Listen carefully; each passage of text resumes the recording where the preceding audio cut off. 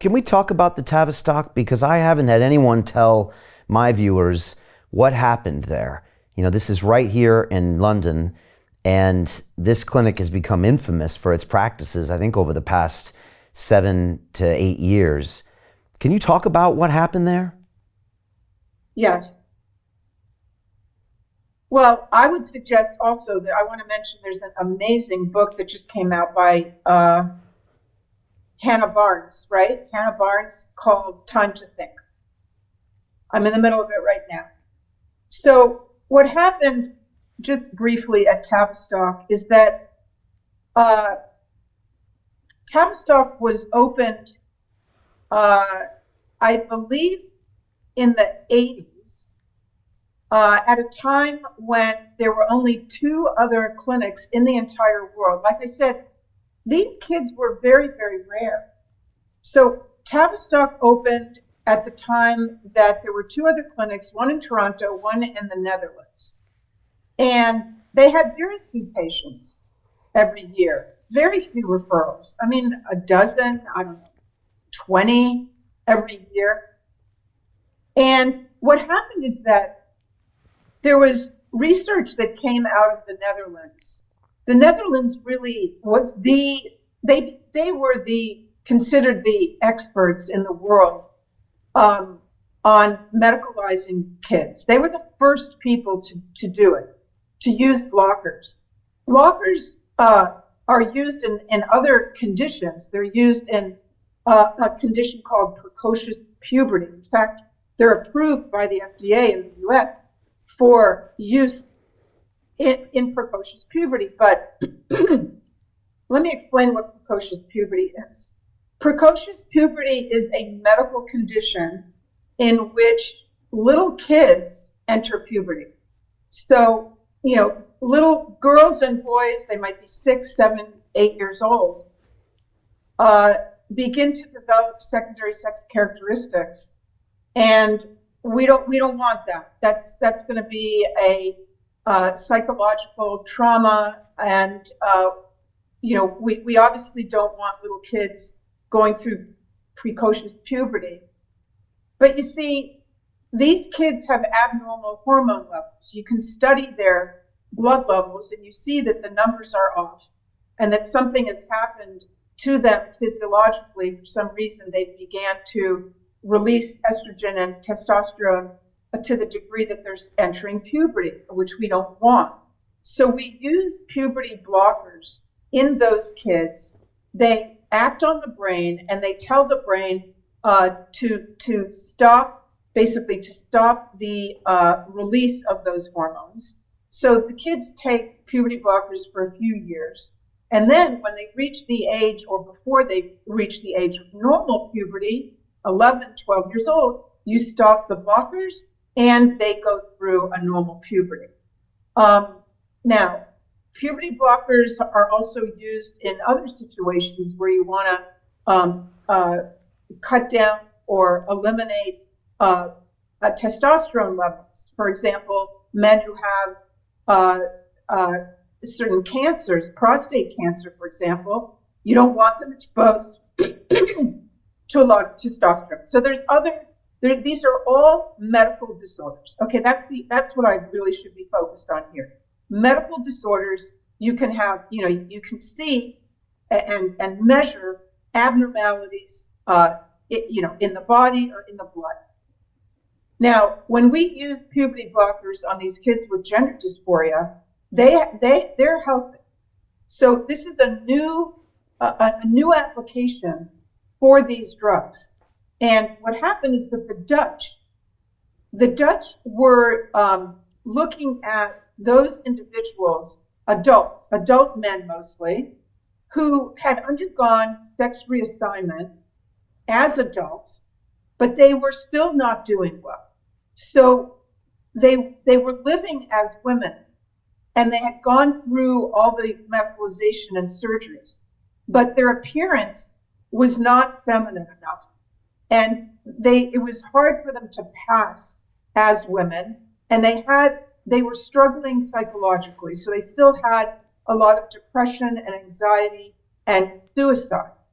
And so the idea that the Dutch researchers had, and this was in the 90s, was why don't we try and figure out if we can identify those patients before they go through male puberty? Because why are they having difficulty passing when they're adults? It's because they've gone through the masculinizing process of male puberty. They were exposed to all the testosterone, which made, which lowered their voice, and they grew the facial hair and the body hair, and they have broader shoulders and bigger hands and bigger feet and male pattern, baldness and all that sort of thing, that makes it more difficult in their futures to pass as a woman. So they said, why don't we block their male puberty and put them through female puberty? And then if they want, they can have surgeries, and then they will really appear more feminine. And then their mental health will be better. Are you following me? This is what that's fine. Was. And then, so what happened? Well, what happened is, this is, a whole chapter in my book.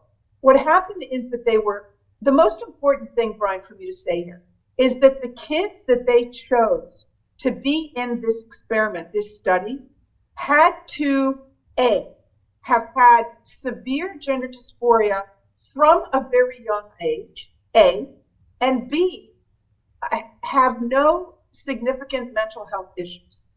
So, and they were very strict on those criteria. It was a small study. They eliminated a lot of kids. There were all sorts of problems with the study. And on the other end of it, there was evidence of some improvement, but over the long term, over many, many years, in the end, they're really not doing that great. But when the Dutch started doing this and reporting early success, like, for example, they gave the blockers, the cross-sex hormones, and they were reporting that the kids felt better and the kids were doing better. And therefore, this idea of using the blockers on minors to prevent puberty started to spread. It shouldn't have, because there wasn't enough evidence. It was one small study. All of gender-affirming care is based on one small study from the Netherlands called the Dutch Protocol. That's what all of this is based on. So getting to Tavistock, the people at Tavistock got excited about what was happening, what the Dutch were doing. And so they brought that into, what they were going to offer to their kids. And there was dissent, there was disagreement. They tried to replicate the study that was done in the Netherlands. They were unable to. In other words, they took at the Tavistock a group of their own kids, and they put them on the blockers, and they did not find that they did well. They were not improved, but that was not published, you see. So Jim Rickards has just recorded a video that's not available to anyone in the public, and he's going to be talking about how this upcoming recession is going to be fast, it's going to be bloody, it's going to be nasty. But at the same time, he's going to show you how you can position yourself to profit from all of this chaos. Now, we've made this video only available to our viewers. Go to londonreal.tv/Jim. Watch that immediately. I can't say enough good things about Jim Rickards. He understands the global economic system better than any guest I've ever had on London Real. His predictions are almost uncannily true, and you can learn how to profit from his vision, from his expertise, and his understanding of economics. So go to londonreal.tv/Jim or click the link below. It's an excellent, excellent look on what's going to happen in the future and how you can position yourself to profit from that. Jim is one of the best in the business, one of my favorite guests on London Real, and he's very, very good at predicting the future and showing us all to profit from it. So click the link, and I hope you enjoy.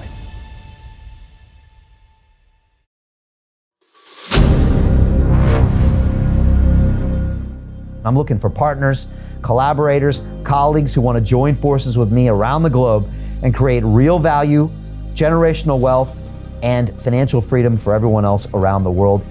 Get involved in the cryptocurrency markets, get involved in the NFT markets. This is your moment. Life all comes down to a few moments.